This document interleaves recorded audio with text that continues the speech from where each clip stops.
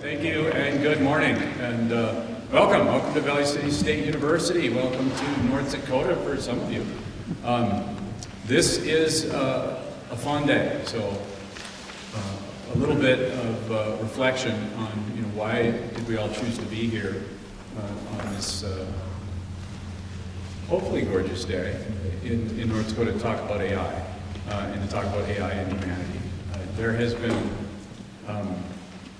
an explosion of AI conferences around the country. There's an explosion of AI startups. There's a lot of FOMO, and the first word of FOMO is fear. Fear of missing out. There's a lot of excitement, a lot of uncertainty, and then there's also plenty of cynicism. AI is a thing that used to always be a concept we would use for the thing in the future, and then as we developed technology. What we called in the AI was just technology in the 60s. What we called AI in the 50s became just technology in the 60s and the 70s. It was always this thing that wasn't what we have now. Even as we figured out speech recognition and identifying, what's a cat on a picture. It wasn't really until the ChatGPT moment that within the zeitgeist, within our culture, AI stopped being a thing that we said the stuff that's coming and became the thing that's here now. And that's interesting because ChatGPT really within people that were working on things like large language models and generative AI, that wasn't as much of a stepwise increase as it felt. It was a stepwise increase in people's perception and awareness because it finally reached a threshold where people started to see the utility of this and we all kind of got shocked by it. And it caused us to ask some hard questions. What is human? What is it to be human? What is it to be?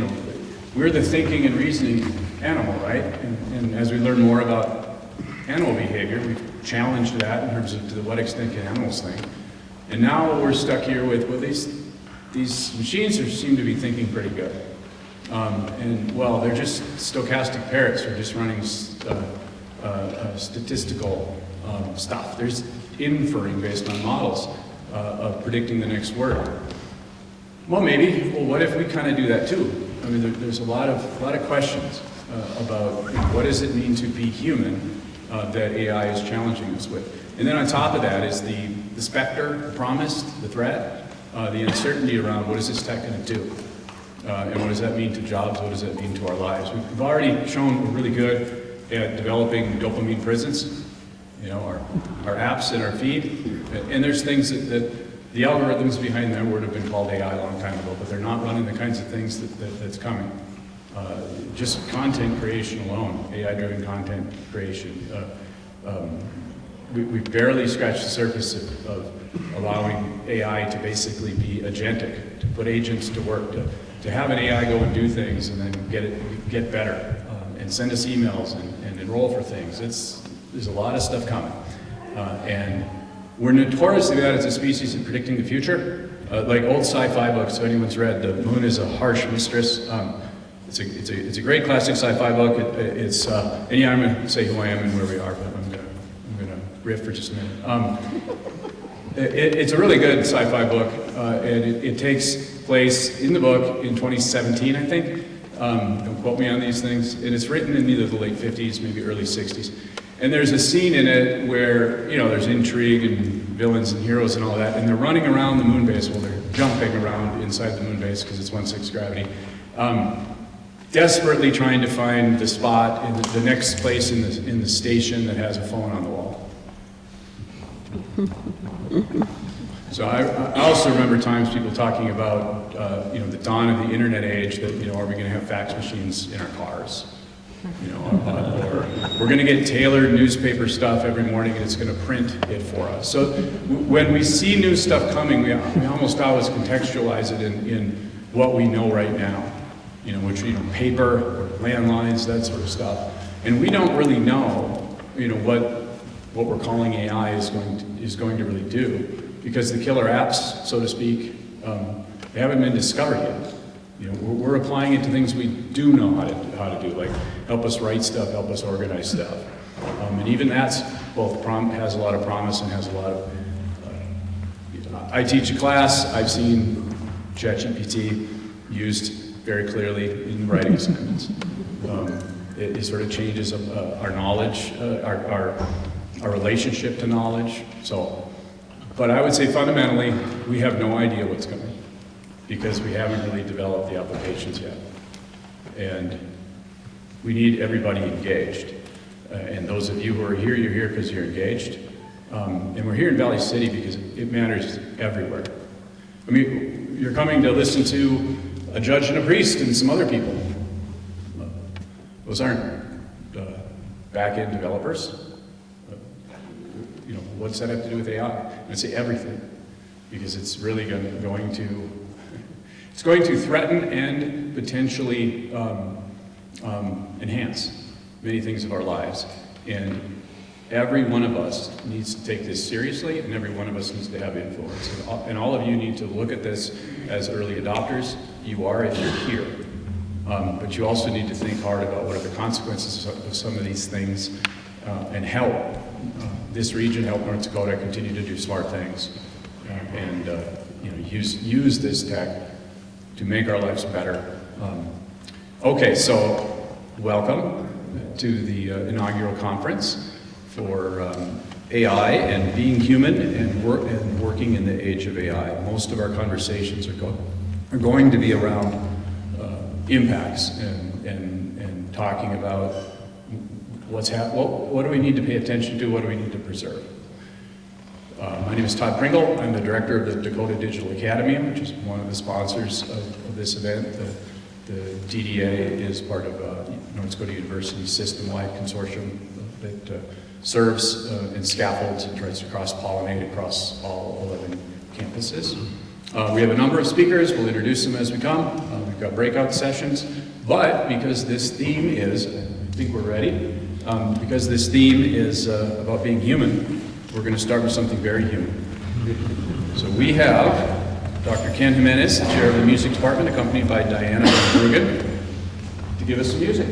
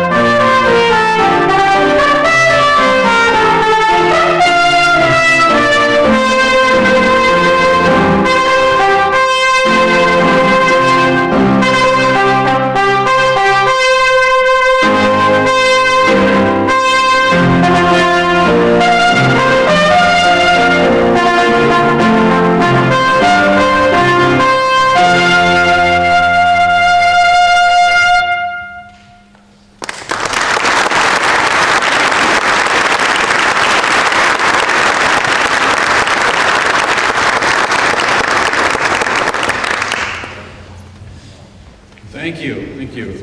It's interesting with AI-generated content, art, music, and we've all seen what it can do. But the counterpoint that seems to be happening, and I think we intuitively understand it, is a greater appreciation for actually human-created content and the soul that you can put into music. It'll be interesting, like in 20 years, is being able to play live going to be something that we even appreciate more than we do now. I certainly hope so, because we'll have an explosion of music on demand as well. So. Lots to think about. Okay, next up is, many of you, there's students here, and thank you for coming, is the president of Valley City State University, Alan Lefebvre.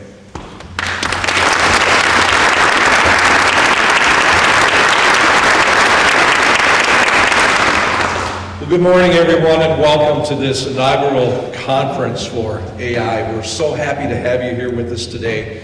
Excited for our speakers. Thank you, Ken and Diana, for that wonderful start to our day.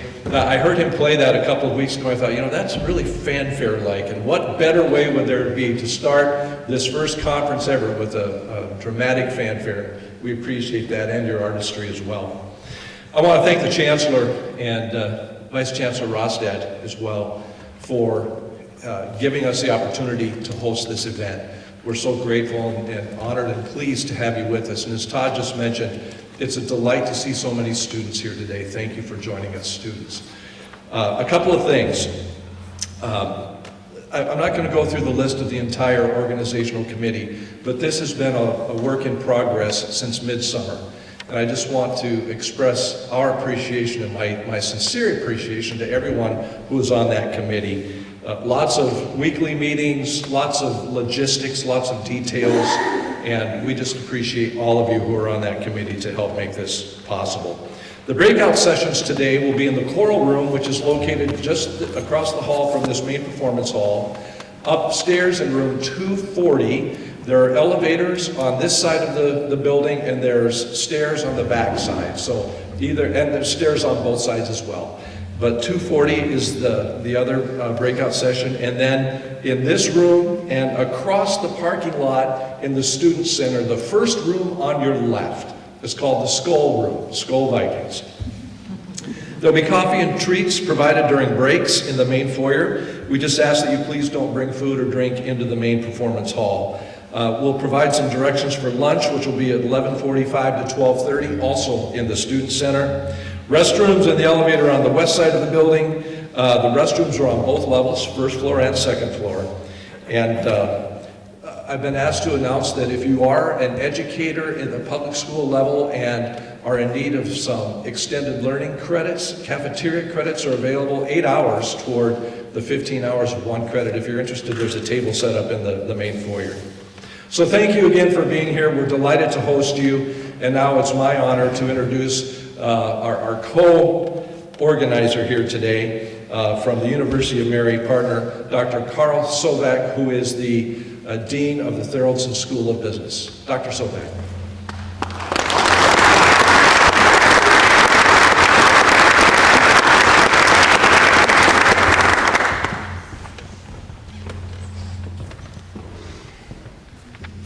Thank you so much, and it's a pleasure to be here, an honor to be here actually, and see so many people who are engaged in AI in the way that you are. Thank you, Dr. Hagerott, for our vision that has come to fruition today. And this was always something that we thought, could we make this happen? The North Dakota University System, the University of Mary coming together to collaborate on a conference that has potential meaning for each and every one of us in a number of areas in terms of our discipline, but also in making sure that we're adhering to ourselves from a humanitarian side as well. And so hopefully you will get a plethora of quality information that comes from this and engage in a networking atmosphere with individuals from a multitude of places so that you can take some good things back to each and every one of your areas. We appreciate Valley City for hosting this. It's a lovely venue for this. We think that it made it possible for more people from east and west to get together. And we hope for many more years to come. So we'll continue these talks. But thank you so very much for being here. Look forward to meeting as many of you as we can throughout the day. Thank you. God bless.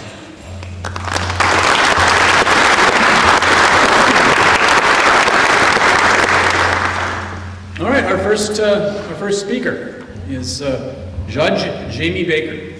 He is the director of the Syracuse University Institute of, so I was going to paraphrase this bio, but this bio actually really impressed the heck out of me.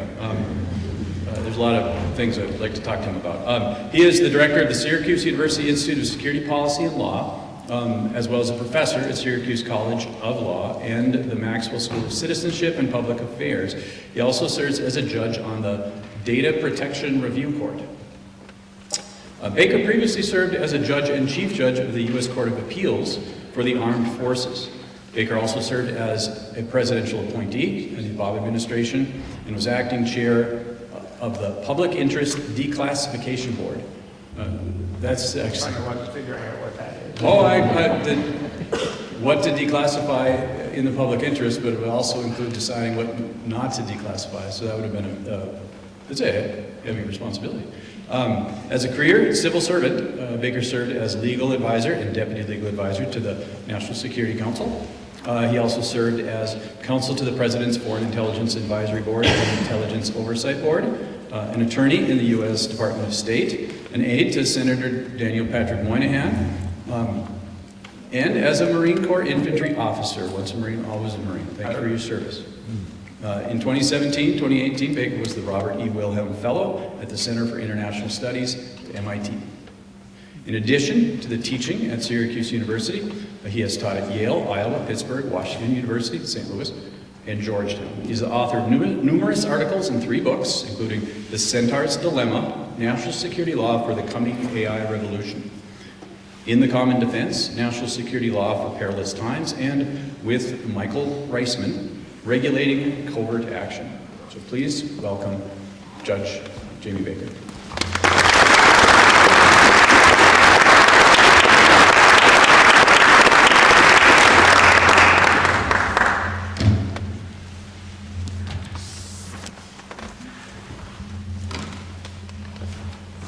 Thank you. Oh, turn this guy on. Am I good? Can you hear me in the back? So I like to walk around. It improves the odds I won't fall asleep at my own presentation. That's always awkward. Here's my title, Promise and Peril. And Todd captured well in his introduction to this presentation, this event today, the notion that AI presents both great promise and some peril. I'm a national security, policy, and law person. So I'm not here to scare you today and tell you all about the peril, but I'll mention some of the peril. Our job, your job, is to make sure that we maximize the benefit of AI and mitigate and minimize the peril. Promise and peril comes from the President's executive order on October 30th of the past year, October 30th, 2023, is in the chapeau in the top of the executive order, capturing this thought of promise and peril. That's where the title comes from. Actually, before I go start my presentation, I do want to say this is really impressive, this event. I've been wandering around the country trying to get people interested in AI from an ethics and legal standpoint, and this is exactly what we should be doing. I have homework for you. You'll be happy to know I have homework for you, and you can't leave the conference till you complete it.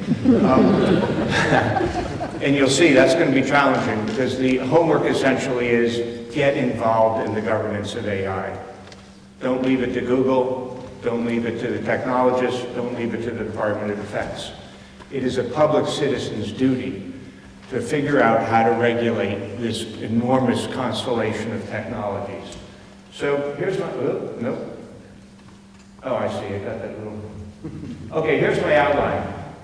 After I give you a little bit of all my caveats and that sort of thing, I'm going to give you a brief AI level set. In Jamie Baker land, brief means no more than 725 slides. But fortunately, President Lefebvre has given me an extra 3 hours for my presentation, so that won't be a problem. Then we're going to talk about where are we headed. I'm going to give you 2 examples of where are we headed. I'm going to say, where is it headed in terms of the world of judging and criminal law? And then I'm going to say, this is what where is it headed looks like in the field of national security. That's to prompt you to ask the question, where is it headed in my life? Where is it headed in my industry? Where is it headed in academia? I spoke with your CIO. Where's Joe? Oh, hey, Joe. Awesome. He did exactly, we started talking about AI, And we talked about the capability of AI, but with every conversation, every sentence, it ended up with, and this is the ethical question presented by that use. And that's what I hope you will do for your homework assignment. I'm going to talk a little bit about the governance of AI, the overall overarching governance of AI. Again, the goal here is to give you a background so that you can go do the thing which I want you to do, is to talk about the governance of AI at the local and state level. And then your homework and takeaways. Is that okay if we do that? Oh, I better clock this because I want to come in 7 hours. You think I'm joking? Okay. Why did I get into this field? I'm a national security person. Every generation in the national security field thinks it's facing the greatest challenges of any, more challenging things than any other generation before.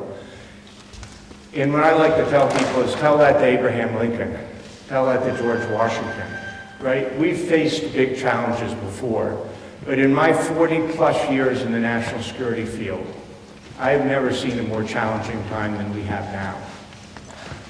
Never seen a more challenging time than we have now. And that's partly because of Russia's invasion of Ukraine, which presents a threat to the international order like we've never seen before. This is not an effort to rewrite international law. This is an effort to eradicate international law. It will transform the 21st century in a bad way if Russia is able to prevail. We have war in the Middle East. We have challenges to democracy around the world, authoritarian tendencies. All of that, and we're facing some significant emerging technologies, and in the case of AI, it's no longer emerging, it's here. The big three, in my view, are AI, synthetic biology and genetic engineering, and quantum information systems, quantum computing and quantum communication systems. So when I retired as a judge the first time, I said, what is it that I know that might help the next generation take on these challenges?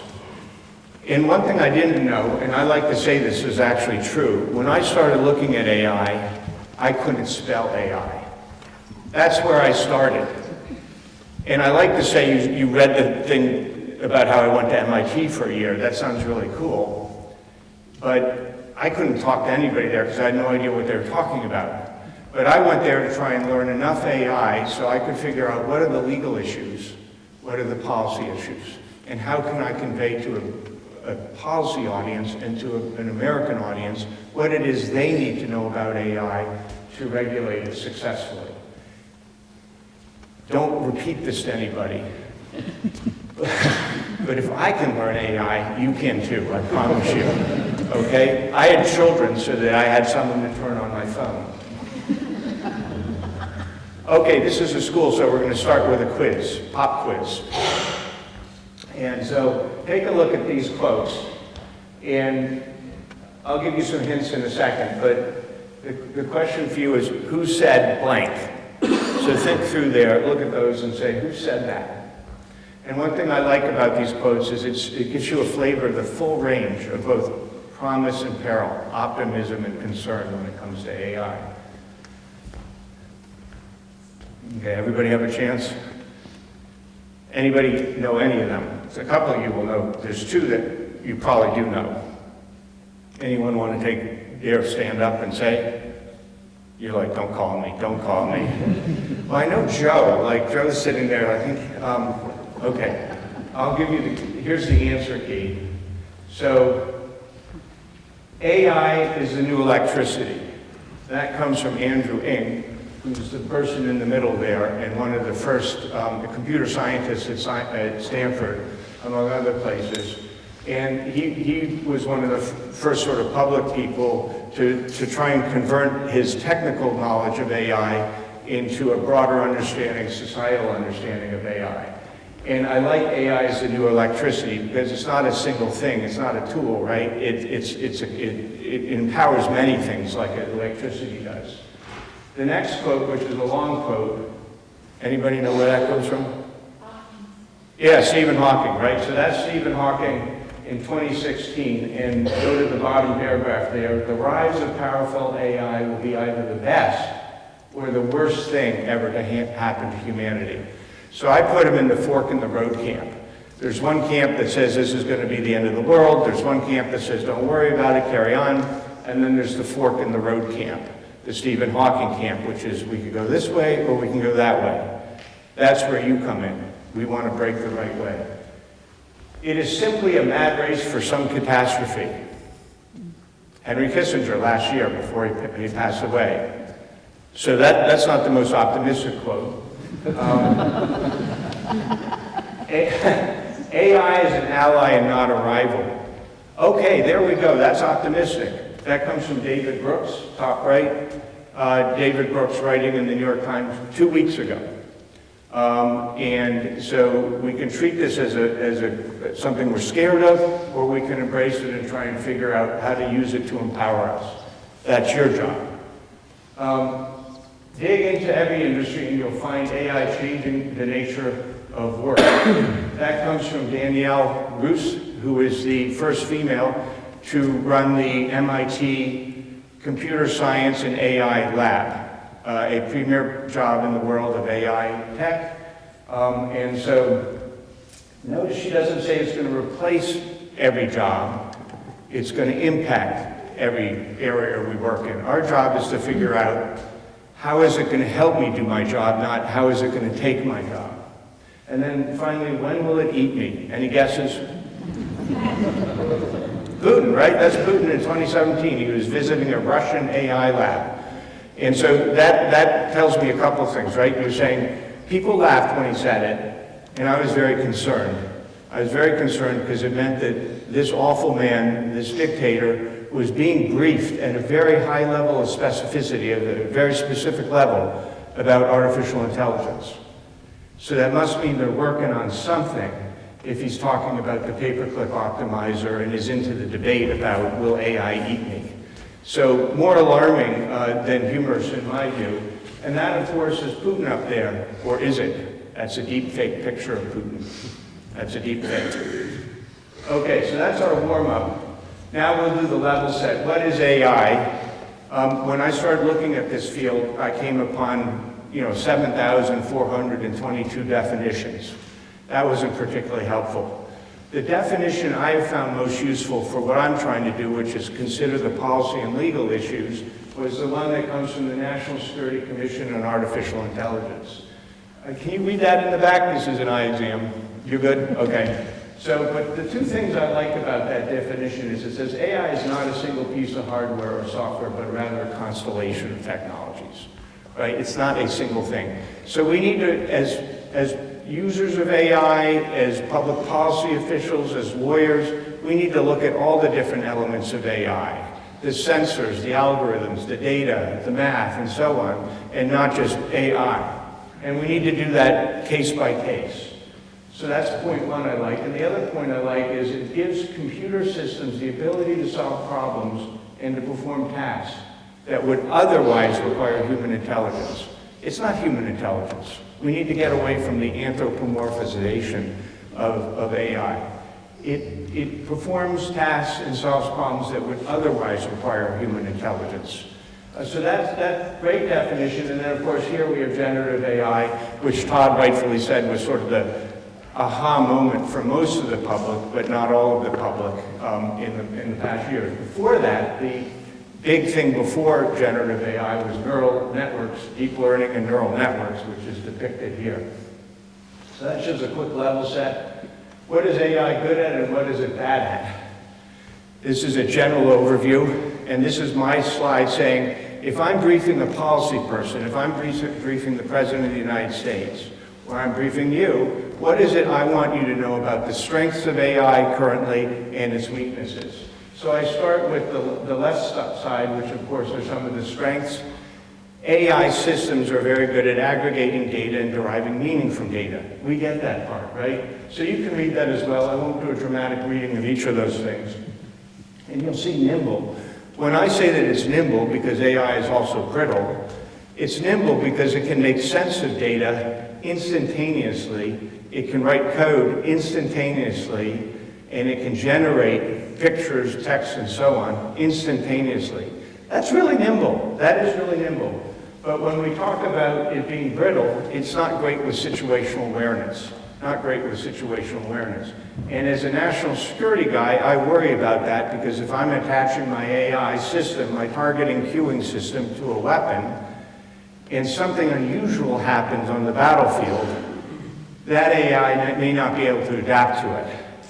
Let me give you a different example that's more accessible. If I train my driverless car on data in the United States, and then I take my driverless car to England, and I put it on the left side of the road, what do you think is going to happen? You're going to have accident after accident. It's not because it's not because the driverless car system doesn't work, it's because it hasn't been trained in that context and it doesn't have the situational awareness to adapt to the new situation. These strengths only happen if it's well designed, trained, tested, and validated, right? It all depends on the data. It has to be tested, trained, validated, and so on. More on that from speakers later, who are much stronger on the technical side than I am. And then, of course, it hallucinates. We know that. We know the cases where the lawyers wrote the brief and submitted it to the court, and the cases were all made up. To me, that's not an AI problem. That's a lawyer not checking their work, right? That's just dopey. So here we go. Okay, a few policy takeaways. AI is here. So we still sometimes refer to it as an emerging technology. It's here.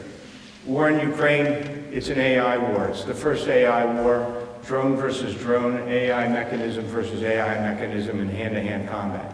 It's here. There's no going back. I still get asked if there's a sort of hype, the whole thing is hyped.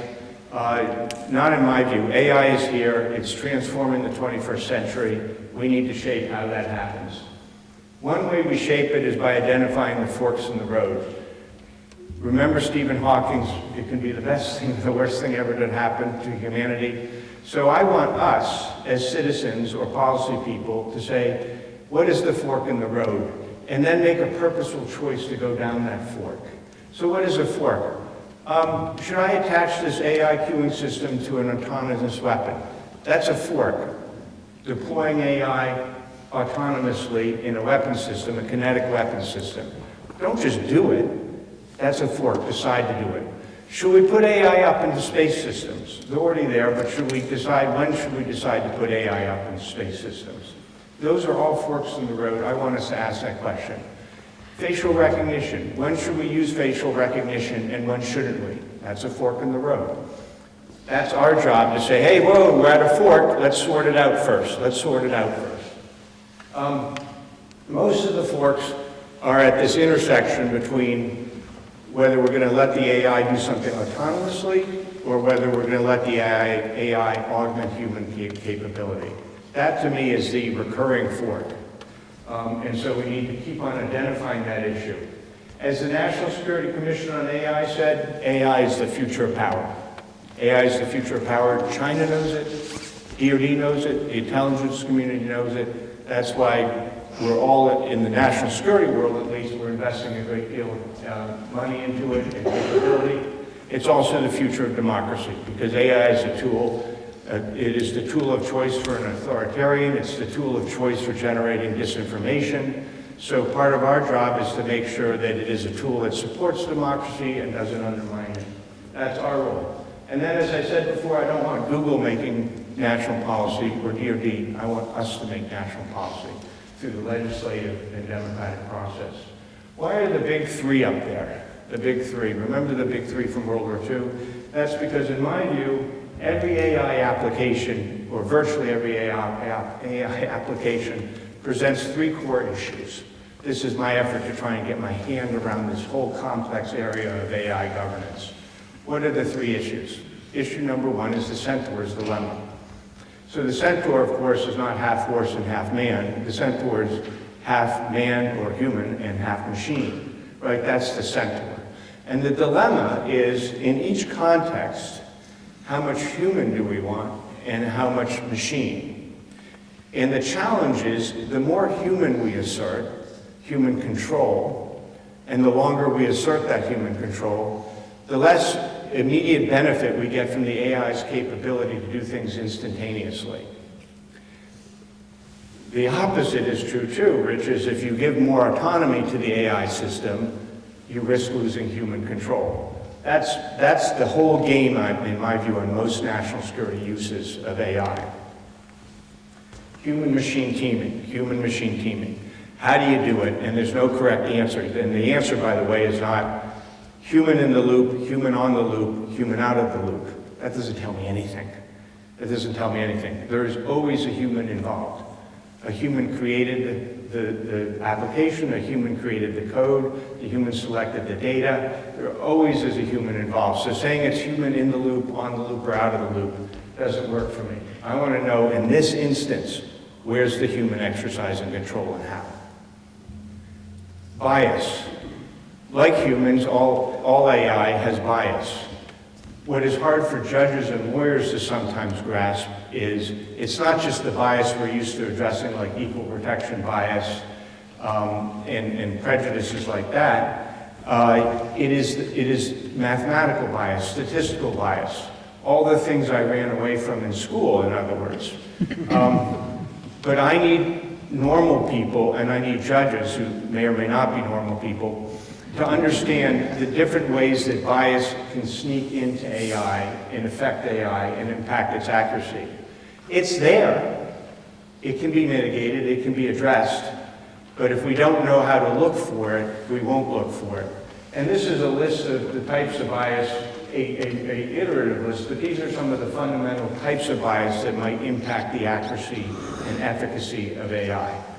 Always ask with any AI system, where is the bias? What does it look like, and how do we mitigate it? Data. As Audrey Cronin from Carnegie Mellon has said, it will all depend on data sets. The volume of data sets, the quality of data sets. Is the data that you're training your AI on apt for that use? And remember, we need multiple data sets because we have to train the thing, validate the thing, test the thing. So it all depends on data, which also means your data is being scraped right now, right? If it's data, it's being stolen, it's being hacked, it's being taken. The US government is buying it, the Chinese government is stealing it. It all depends on data, and right now, the more data you have, the better. So make sure your cybersecurity is moving in parallel with the value of the data. We store a lot of data that now has, we store it as when it was collected because it's just marginal data. Now it is gold data, and we need to store it like it has AI value and virtue. And of course, it presents all sorts of water and energy issues. You know that because you're here. This is one of the places where some of the data centers are moving because of the supply of water and other reasons. So those are the big three issues that come up, in my view, time and time again.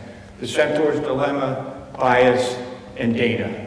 Is the data the right data? Where did it come from? Who owns it? Et cetera, et cetera. Keep on asking those questions with each AI application. 10 takeaways. This is a list I came up for judges, because it's funny, judges are like students. They say, what do I need to know? What's on the exam? Right? Don't tell me all this stuff about AI. I just want to know what I need to know. And the answer is, I can't tell you because it depends on the application.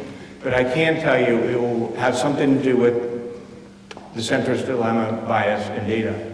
And then these are the takeaways. There are many different methodologies and designs. There's not just one. You can read, I won't read this. And most AI is iterative. So that's hard for judges because judges want to decide a case that says this AI can be admitted in court or this AI cannot be admitted, this evidence cannot be admitted. But the problem is the AI system is always developing and furthering its capability, like ChatGPT. When you type in your search into ChatGPT, it's taking your search data, incorporating it into the ChatGPT data pool, and it's getting regurgitated later. So what's that tell you if you're a lawyer? If I'm working on attorney-client privileged information, I better not be typing that into the ChatGPT program, or it's going to get gobbled up, and I may be waiving my attorney-client privilege. Some AI is not explainable. This is an important one. Some AI is not explainable, but there are more transparent methodologies being developed. AI applications to run against AI applications to figure out why the first AI application came to the predictive conclusion that it did. And notice, as Todd said, AI predicts, it does not conclude. Sometimes people think the output, let's say we're doing facial recognition, it's not like in a Jason Bourne movie where the thing goes boom, and there's Jason Bourne in the Berlin train station, right? The FBI facial recognition system is designed to spit out. You put the picture in, the bank robber with the mask on, and it spits out a prediction that one of these pictures may match the picture you put in. And it turns out it's most accurate, 86% of the time it is accurate, when it spits out 50 or more pictures. So it doesn't spit out Jason Bourne or Baker the bank robber. It spits out 50 or more pictures, we hope, or not, depending on whether you're Baker. It spits out X number of pictures. The human then has to come along and say, why did it pick this picture? Is it the earlobe? Is it the backdrop? What's in that match? And the human has to do the work of matching it up. So it's predicting that one of these pictures might match. It's not saying this is your match. Okay, I think we're okay here on time and tracking. So where are we headed? Now we get to the fun stuff. Where are we headed? I'm going to give you 2 illustrations, and then you're going to sit there for the rest of your lives and ask, where is it headed? Thank you for agreeing to do that. So here's one case. This appeared, it's from this article, but it appeared as an op-ed in the New York Times. And of course, different people freaked out when they read this. Judges freaked out because they're worried about the flood of lawsuits. In Korea, for example, in South Korea, not North Korea, in South Korea, they have an AI-generated system that a citizen can file a lawsuit without hiring a lawyer. And the AI system will let them punch in the ingredients. Isn't that interesting? So, promise and peril. Promise, that lowers the bar and makes the judicial system and courts accessible to all. Not just wealthy people who can afford lawyers, but less wealthy people who may now find that they can access the court through this AI document. The peril is, if everybody's sitting at home on their app filing lawsuits against everybody, the courts could be overwhelmed. That's why, by the way, after this came out, I got about, this is a little bit of an exaggeration. I got a lot of calls from courts saying, can you come talk to us about AI? So that's a possibility. Notice the thing up there about using the pattern recognition capability of AI to eavesdrop on friends and family, making it accessible to all. A lot of the risks with AI, a lot of the peril comes in the do-it-yourself capability it may present for bad guys and not just good guys. Okay, so this is a really helpful slide. I'm going to go through each of these points in detail.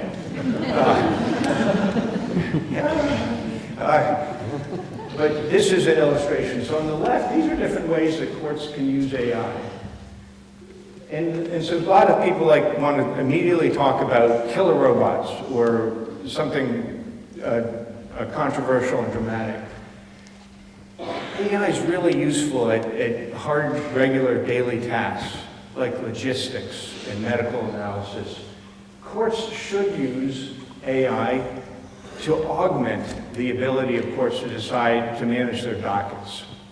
I was just in a Latin American country. One of their courts has a docket backlog of 600,000 cases. That's a lot of cases, right? You can't say to your law clerk, oh, can you go through these 600,000 cases over the weekend and tell me which one we should hear first? That's not going to work. A properly trained and designed algorithm, AI tool, might be able to prioritize that docket in a way that a human could not. But then the human should validate the result and say this is a good outcome or it isn't. So long list, you can go through that in the privacy of your own room later. The one that's most controversial here is predictive policing and the prediction of bail bail and recidivism risk. That's the third rail of the criminal justice debate right now, whether AI algorithms should be used at all to predict things like probation risk, bail risk, and so on. Why is that? I generally have the view that if you're a national security official or you're a judge, you should use all the tools available to you to make the most effective decisions you can, right? Use those tools wisely and well. But the risk with predictive algorithms in a Western judicial tradition is you're supposed to sentence or judge people based on what they did, based on their aggravating and mitigating circumstances, not based on some collective data pool of everyone else. And as I found as a judge, hearing thousands and thousands of criminal law cases, every case is in fact different. It may be a murder case, but there's not like, oh, this is the exact same as the one I just heard. But that's a very controversial area, and it's also controversial because the data that those predictive algorithms are trained on often embed bias, not intentionally, but because the data is skewed. So if you're looking at the prison population of the United States to make a prediction on recidivism, that prison population is going to look a particular way, and you're going to embed that bias into how you predict someone else might behave. On this side are all the ways I think lawyers will use AI tools to game the system. It's perfectly lawful, but they'll figure out which judge they want. They'll put all my opinions in a system, and they'll be able to predict, or at least try to predict, how I'll come out, not just in a case, but with a particular argument. And then they can shape their brief to appeal to the Baker view of the Fourth Amendment, or not. AI polygraphs, they're going to develop capabilities to look at micro expressions to try and figure out if you're lying or not. This is just to give you a flavor of what's coming, and in some cases, what's here. So this is what I spend my day worrying about and thinking about, which is the national security implications of AI. And these are some of the use cases. And so no need, you're worried I'm going to go through all of these. So let's start over here. We know, and it's already being used for intelligence, surveillance, and reconnaissance, right? That's great, data tool. It's being used to cue weapon systems, and the big debate is whether it should be used autonomously with weapon systems. There is some of that happening in Ukraine.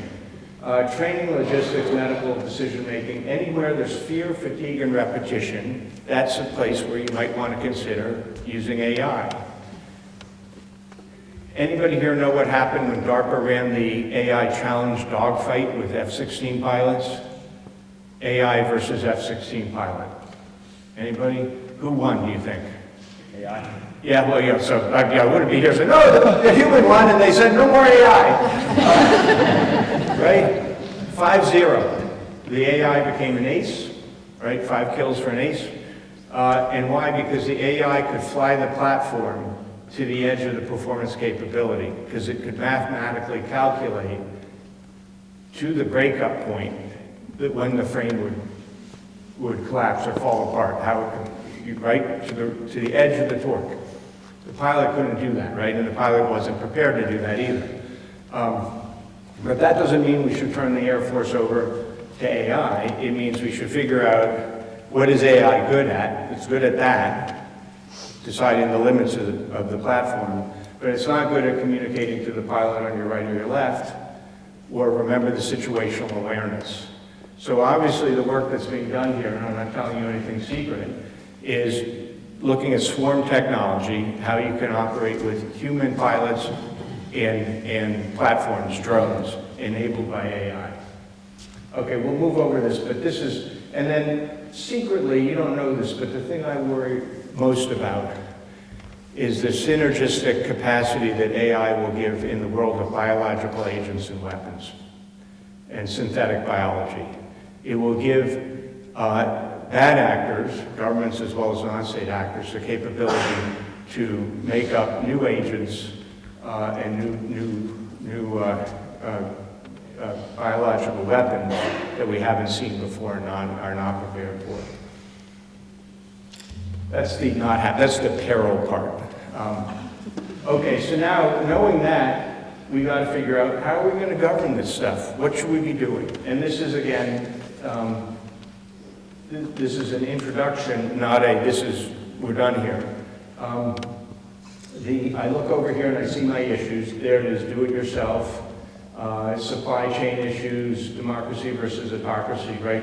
You've heard me talk about some of those. So over here, on the right-hand side, I'm looking at my toolkit. I'm saying, what can I do to mitigate these risks? What can I do? So I'm looking at confidence building measures. Are we talking to China? Are we talking to the states that are developing AI to get an understanding of what we can agree on and what we can't agree on in terms of capability? Command responsibility. I'm tired of hearing, oh, nobody knows who's in charge, who gets sued when the thing doesn't work properly, or AI will act autonomously and no one will be to account. In the area of national security, we have a concept of command responsibility. In the military, the commander is responsible for everything he directs or she directs or should have known of and didn't stop, and so on. That's a doctrine we can now move over to the world of AI and say, look, if you're using this system, let's not have a debate about who wrote the code. If you're using it, you're the commander, you're responsible. Guess what happens when you do that? The commander figures out who wrote the code and whether they're any good and what the thing was trained on. Okay, so this is a menu. This is supposed to get you excited and say, oh, what good news, we can govern this after all. I want you to come up with your own menu for your AI use case that you're thinking about right now. So that's an illustration. Why is President Nixon up there? In 1972, President Nixon, over the opposition of the military, made the decision that the U.S. would not use offensive biological weapons. This was before the Biological Weapons Convention prohibited and made it unlawful under both U.S. and international law. He said, we don't need these, we don't want them, get rid of them. We should be asking, what are our red lines with AI? And let's do that now. Let's not wait till something happens. Let's say now, let's not use AI in conjunction with nuclear weapons. Let's not use AI here or there. We can do that now. We don't have to wait. Okay. Now we're homework assignment number one. Here's your homework assignment number one. Identify the use cases that are going to impact your life. They're going to impact your professional life, but they're also going to impact your student life, and they're also going to impact, all of us are going to be impacted in our medical lives. So think about the use cases, and you know, we all use algorithms, right? We use spell check, or AI, we use spell check. We all shop, right? By the way, when was the last, you know how Amazon recommends things to you? Can we stick, do you all buy everything that's recommended to you? Right, so that should give you an idea that AI is not always right. That should be a bit of a warning. And then ask for each use case, what is the AI better at? What are humans better at? And what are humans better at when augmented by machines? Boom. Those are the three questions we should ask in each instance. And that's of course the picture that Princess Catherine, I guess is her name, they doctored up right when she was being treated for cancer. That's do it yourself, right? In the privacy of your own home, you can make your own sort of deep fake. Anybody know what these two things are? Boston Dynamics. Yo, yes, but I want their names. It's a robot dog from Boston Anthropomorphized, what? It's a robot dog from Boston Dynamics. Yeah, exactly. So the first is Digidog. Digidog was the New York City Police Department dog. How many times was it used? Once. So they brought it out, they used it once, and the whole purpose of Digidog was to look around corners and buildings, that's why it can go up and down stairs, and say, is there anybody behind that corner with a gun? Right? It's to save lives so that the police don't come running around the corner firing. Or they do come running around the corner firing. But they used it once, they had no communications plan, they didn't say what they were doing, and everybody said it's a killer robot. That's what happened. Poor Digidog went back to the kennel after one use. We should want this, right? So the error there is not with Digidog, It's with not articulating, the human not articulating what the machine was, what it was trained to do, how it would do it, and what it wasn't allowed to do. Guess what happened? 2 years later, Spot arrives, working for the fire department of New York. It's Digidog, painted yellow. But they had a plan now, right? You don't want us to use it for police work, we're going to use it for firework. You can go into buildings and see if there's anybody trapped in the room before you send the firefighter in to get smoke inhalation. Our job is to say, look, that's not good enough that you invented this thing. Tell us its use, how you're going to use it, and it's subject to what conditions. Now AI is not so scary. Oh, that's your homework. Okay, part 3. Let me check the clock. Oh, we're good, right? I get an hour or 2. So this is, we'll scoot over this, but I want to give you a sense of what the governance playing field looks like right now. And then you can say, oh, we need to do more, we need to do less, or how do I get involved in that? Okay, what are we doing here? First, to try and get my hands around this topic, I've divided the world of AI governance into 5 stages. There's nothing scientific about this at all. There's realization, oh, we better do something about this. In the government, at least, the next step is always, oh, we need AI principles, accountability, equity, blah, blah. Those are the Department of Defense responsibilities, right? Principles. That doesn't do anything, right? Accountability, governability, equitable. What does that mean in the context of this? So that's the next stage where we apply those principles in practice to a specific use case. Then we have legislation, and then we have international adoption and adaptation. These all happen at the same time. When I started getting into AI in 2017, we weren't even at realization. But now we're kind of between 3 and 4. We're between 3 and 4. And we know the EU is at 4. And because of the EU being at 4, and us being around 3, 4, we're going to get more 5. Right? We're going to have to deal with the EU Act, EU AI Act, because that's going to drive the market. Just like when California does something, everybody's got to figure out, are we going to play along or not, and how is that going to impact the market?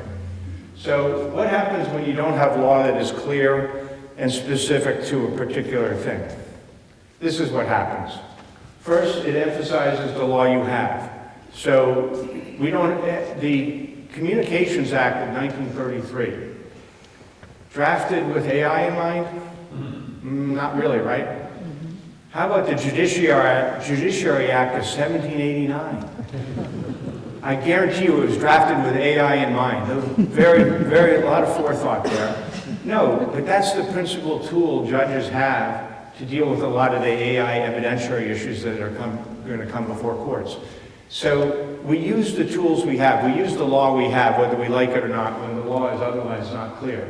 It accents the importance of constitutional law, because we always have constitutional law. So we may not have a statute on data, we may not have a statute on regulating AI, but we do have the Constitution. So we're always going to have the First Amendment, Fourth Amendment, Fifth Amendment, and Sixth Amendment.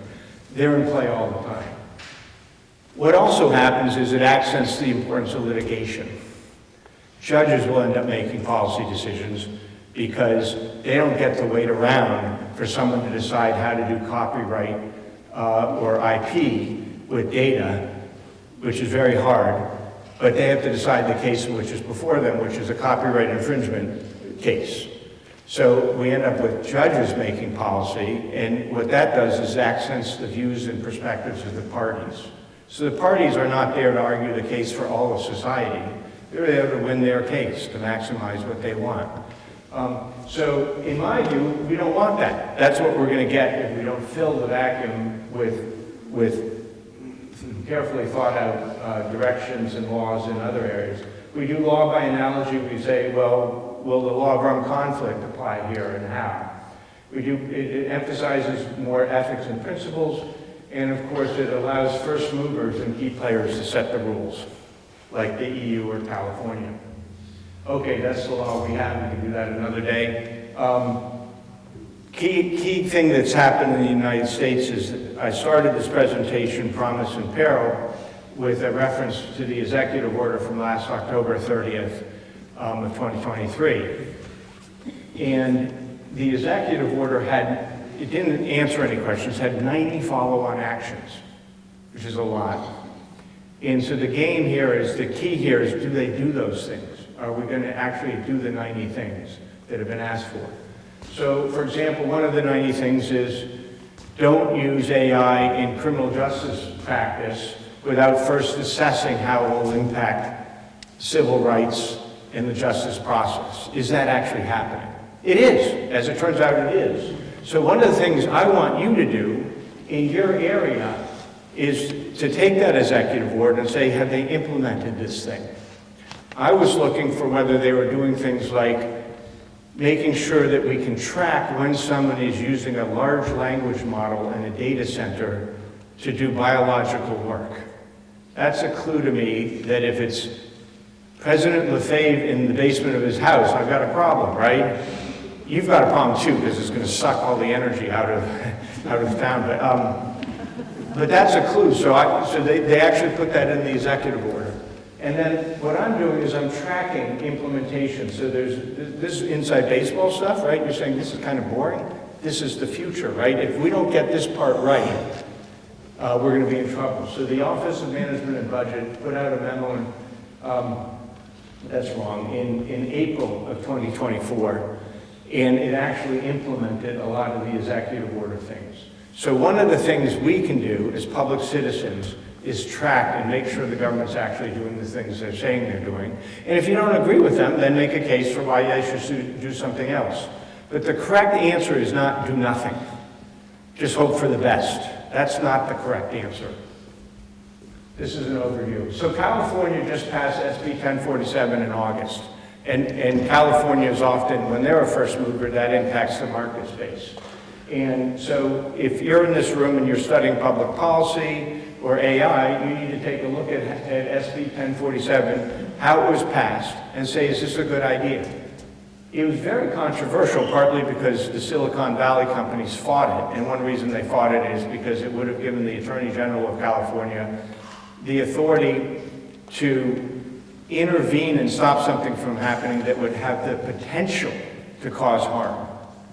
And that's pretty complicated. You know, the potential to cause harm, you can do injunctive relief, you can stop something from happening because it has the potential to do something.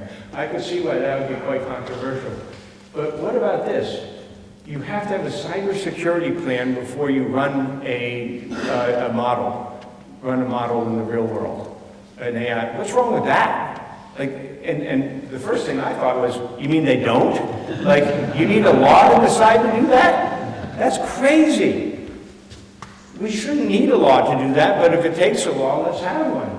Safety and security protocol. You have to have a safety and security protocol before you run a large language model in the real world that can cause harm. Of course we should do that. So if I'm in this audience, I'm going, I wonder if we have that in North Dakota. Shouldn't we have that? What's wrong with making an AI company have a safety and security protocol? Okay, so go look at these, and then look at the EU Act. It's like, uh-oh, he's going to talk about the EU. So nobody wants Brussels, right? You don't want Brussels running North Dakota. Anybody in that camp? Brussels run North Dakota? I don't sense that in this audience, but I don't sense that in Brussels either, or Europe. But they do the EU Act, and the EU Act, first they did something. So it's a lot easier to decide you did the wrong thing if you do something, and you can pivot off it. If you just sit around and look at the thing and say, boy, that's complicated, you're in trouble. But at least the EU stepped off the mark, and they said, let's try and regulate this. And they regulated it in part by creating 4 classes of AI, and saying certain AIs are out of play, you can't use them. Certain are high risk. And when it's high risk, you have to do certain things. Notice, however, that they exempted national security uses of AI. So that tells me I need to go to work. But This is what they did, and then this is the takeaway slide for you. Very easy to follow. These are the tools that they want you to use if you have a high-risk AI. So you can debate whether your thing is a high-risk AI. But once you decide it fits, and they have definitions, so they're not just saying, make up your mind, you don't get to pick. It fits into a category, like real-time biometric data. You then have to do all these things to validate that high-risk AI before you use it in the real world. And so I'm not here to say, this is it, we should all do what the EU tells us to do. But I'm saying we certainly should look at their list and say, should we do that for our use? That's what I'm asking. Okay, homework assignment number 2. Our job, your job as students, professors, and public citizens is to learn the law, ethics, policy, and technology. Not just one. Translate and articulate. Translate and articulate. That's why it's so important we still do liberal arts and not just do science. We should do that too. But we need to remember Digidog and Spot. We need to articulate what's going on here and why. We don't just need to be able to code the thing. That's your job. So we need AI literacy, human literacy. First question I always ask, remember, what are humans better at? Empathy, for example. Creativity. Is judging a machine task or a human task? I think judging is essentially a human task, right? That's what we hope we're getting from a judge, is judgment, not just data analytics. But that's for you to decide. What's human literacy, what's technical literacy, policy literacy, and so on. And then workplace literacy. How will the AI impact this workspace? And instead of saying, it's going to take my job, figure out how to be the person who can use the AI best to perform that job. So law librarians always come to me and they say, oh, we're going to lose our job, the world is coming to an end. And say, it is if you still want to do Dewey Decimal Index cards, and it is if you want to be the person who searches for the thing, but it isn't if you're the expert in how to use AI to search for something. Now you're the most valuable employee, you probably are the most valuable employee at a law school, because no one else knows how to do that. So that's what I'm talking about, workplace literacy. Okay, homework assignment number 3, critical thinking of the informed public citizen. This is back to our forks in the road. Don't plow through them. Stop and decide whether to go left or right or straight or back up. These are some of the forks that I worry about. A decision to design, to develop, deploy. Notice those are all forks, not just the use. An autonomous system. An autonomous cyber weapon, an autonomous kinetic weapon, something like that. A decision to delegate to a cyber tool an offensive capability. We have to do that because you can't play cyber war if you wait for a human to make a decision. But that's a fork in the road. We have to decide. And what are we going to allow that autonomous AI to do? And a decision to cross into new spaces or uses. Okay. What should the policy red lines be? What are we prepared to allow happen or not happen? How should we use generative AI? You get it. Anybody know what the top right thing is? That's Fedor. That's a Russian autonomous weapons system. And then what else do we have here? Hamilton, right? Get in the room. I can't remember the song from Hamilton, but there's a song about being in the room. And which is the real one and which is the deep fake? Pretty good stuff, right? Okay, we're almost done. These are policy issues that we know are coming, so why don't we answer them? I'll just give you one example so you don't have to say, oh no, we're going through all of them. First Amendment. So, free speech. The concern is, so here's the promise and peril.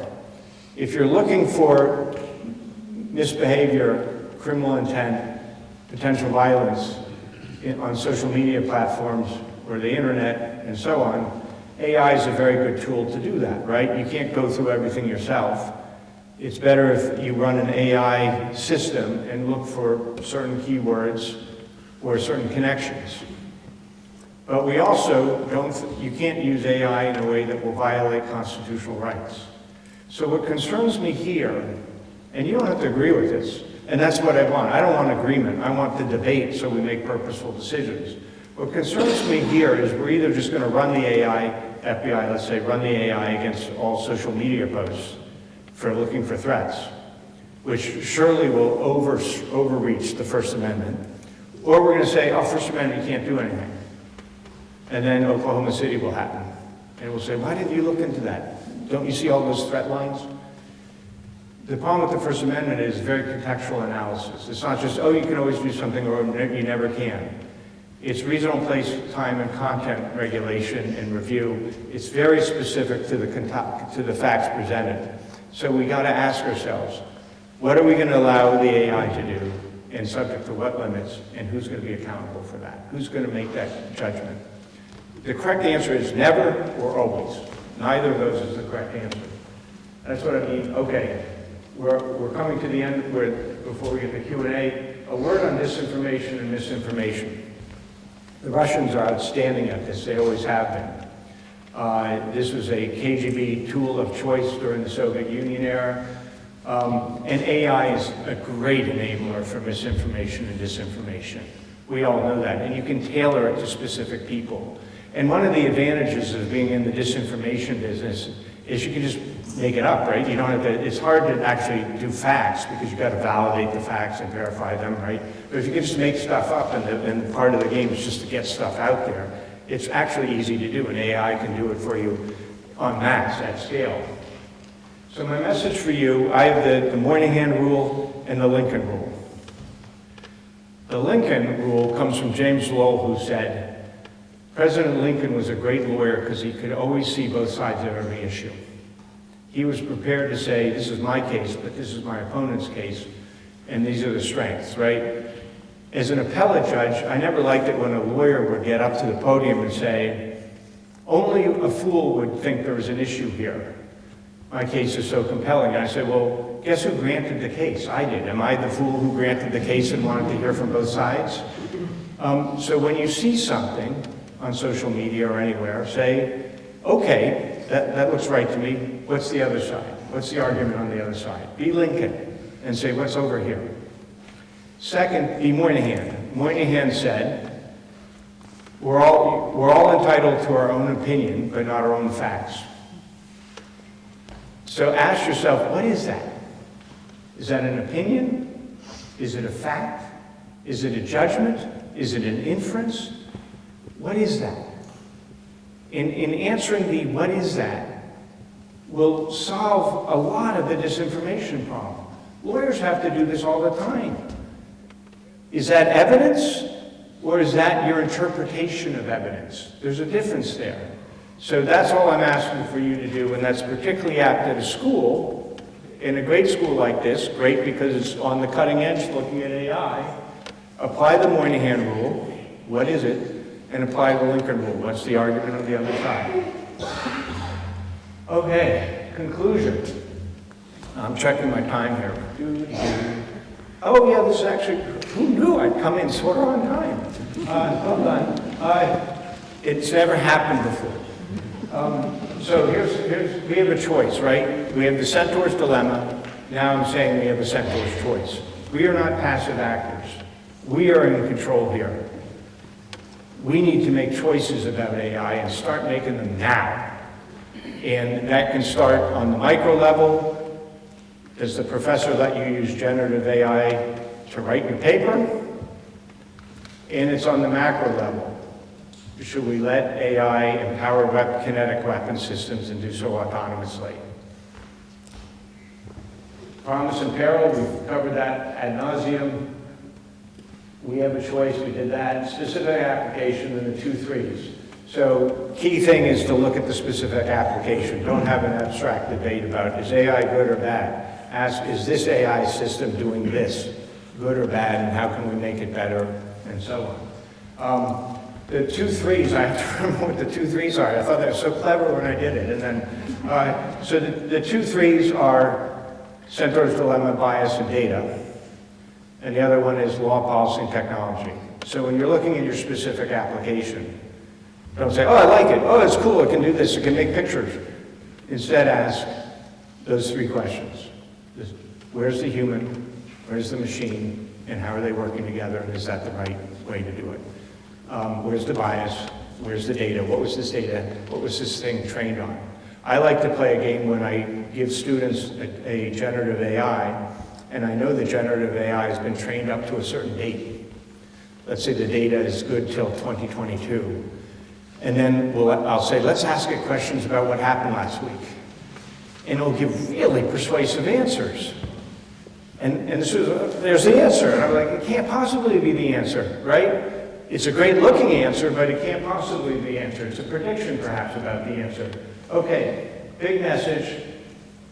Sometimes national security people and sometimes businesses and sometimes everybody thinks the lawyers are a pain and the law impedes what I'm trying to do.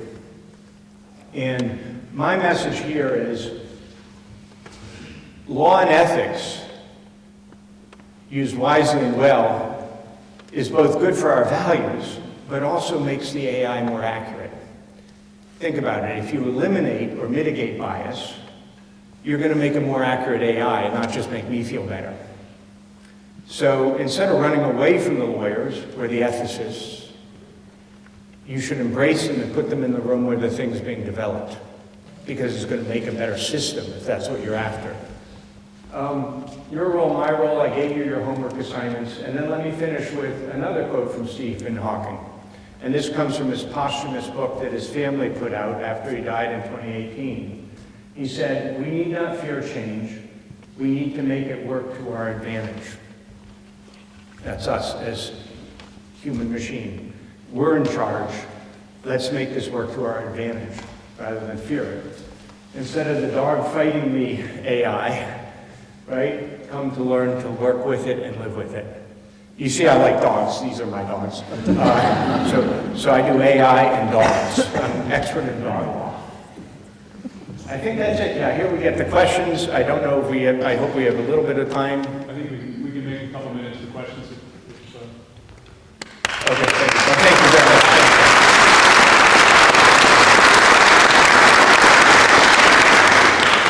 It's a big relief, traditional at least go like that. Yeah. I know you have a question right there. Yeah. And I'm here all day, so I don't need to get all the questions now, but I'm happy to get them. So my quick question is like all the existing technology, the big tech is taking over AI too in the last year. So what's your take on that? Like, would like AI in hands of monopolized like big tech be good or bad for the generations coming? Is it good or bad? Yeah. And what's your take on That's the for you to decide. That's the fork in the road, my friend. Right? It's not good or bad yet. It depends what we do with it. No, I mean, taking big tech like Microsoft and Yeah. Google taking over AI, is it like good for general audience to like? Yeah. Do I want Elon Musk running the world? No. Thank you. Is this a question about power and democracy? Yeah. Yeah. There are a lot of companies in the AI space. They're the big companies, but there's also, it's a venture capital mosh pit. A lot of people are working in the AI space.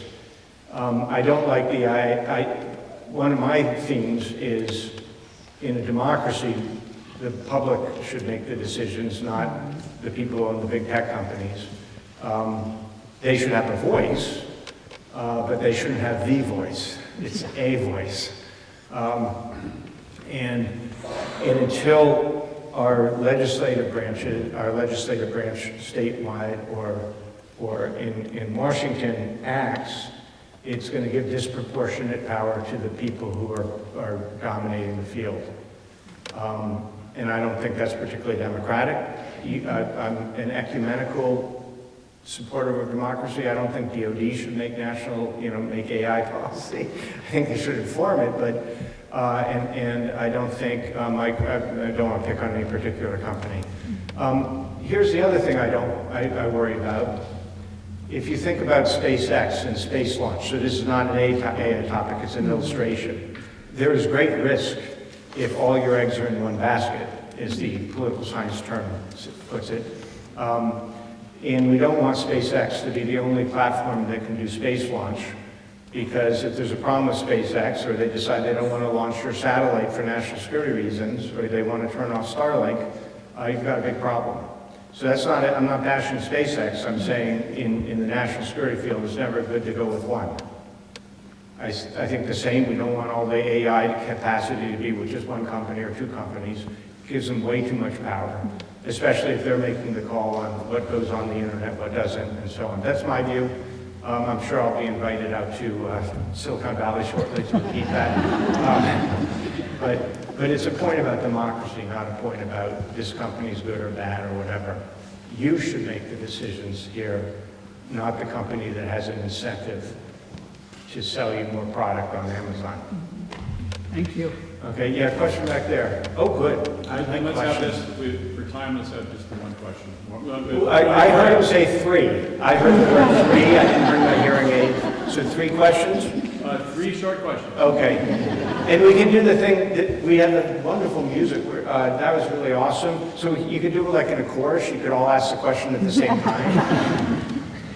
From a national security perspective, if AI is the new electricity, should we aim for a model like we have with electricity, where we've got multiple different electrical companies throughout the country and shared power grid?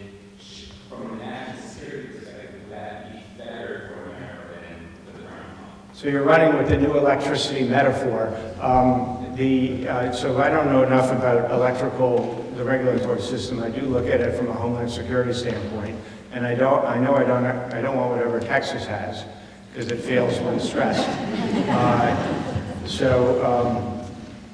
But I'm not sure I want to run with that metaphor, because it's the new electricity in the sense that it empowers all these other things. It's not the new electricity in the sense that we should adopt that regulatory model, right? Where's Rick and FERC when you want them? No. We need a different model of governance for this enormous space. And it's not one thing. So I think electricity is easier to regulate, because while it impacts everything, it's still one thing, right? And, or essentially one thing. It has different methods of generation. AI is this enormous constellation of technologies and capabilities. So you can't just say, oh, here's the electric regulatory model, let's use it. You have to say, what's the model for driverless cars? What's the model for driverless trucks? A very different thing. By the way, driverless trucks are awesome because they're going to deal with traffic congestion, and they're very environmentally sound. So we shouldn't fight them, we should make sure they're safe and secure and so on. So I think that's good. That's a short answer, so I get 2 more. Yes? Yes? You spoke about the value of data, but that value really only exists in aggregate. Like as an individual, my data is sort of worthless. How do you inspire individuals to care when we need to inspire people in aggregate? Wow. So your data isn't worthless, which is why it's being scraped right now. So you're right. It's hard to train a system if I only have one input. And so I want all the data, right? And right now they're creating synthetic data as well, so we may not need your data after all. But since we don't know that, we'll go ahead and scrape it.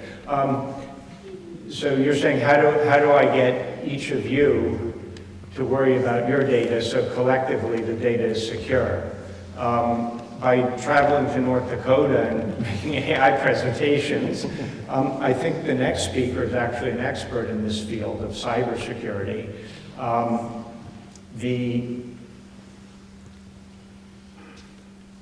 mean, if it were up to me, I wouldn't have those contracts of adhesion that say check here and we'll take all your data. Like, how many of you have read the thing where he says check here or you can't board the plane, or check here or you can't use your phone? Nobody reads those things. That can't be the way it is. And so I'd like to see that reversed, but I'm not the boss, right? I don't have a good answer for you. I think my answer is education. My answer is education. In making your I don't know, I'm in a different generation, but making the college student education of today savvy enough to go in there and flip their privacy settings, and savvy enough to want to say that the default should be the other way. We have to opt into data collection, not opt out of data collection. I think that's it. How many of you do two-factor authentication? Oh, wow. How many of you don't? You're not going to raise your hand. So I do that periodically, and that's the most I've ever seen. So there are people in North Dakota don't tell the truth, which is not the reputation. I know that it's not the North Dakota standard. So that's really good, because I've done that in a room full of, let's say, judges, and it's not like that. So that's a good place to start. Okay, last question, if anybody. Okay, good. I'll see you in the break session, and thank you very much for your attention.